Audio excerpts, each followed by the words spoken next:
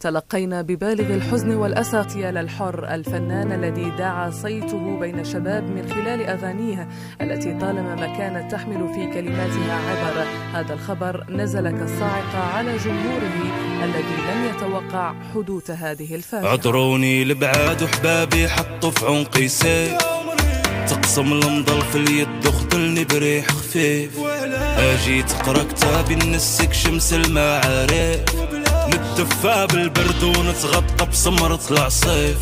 الايام والعوام تحكي وتعاود ظروف فيها يا حنينه شوفي وحسي بالجراح اللي في جوف. نايم والعوام البحر ما يشوف لا خوف ولا خوف، والمواج تغرق وتنجي وخدي تواسيه كفوفي. راه في بالي شل سنين واللي فاتوا ما ساهي وخيالي راح فين، خليت الذكريات ماشي فين وجيت منين ومنين جراحي جا. هي حكاية راه حكايات اللي خلات رموشي حنات،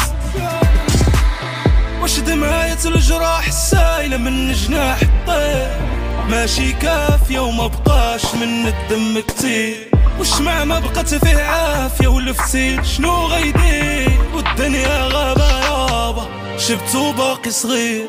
مرة معايا ومرة عليا، ضربة في الزمان وضربة فيا، يا عمري فين ماشي بيا، ما تخافوش تغلب النية.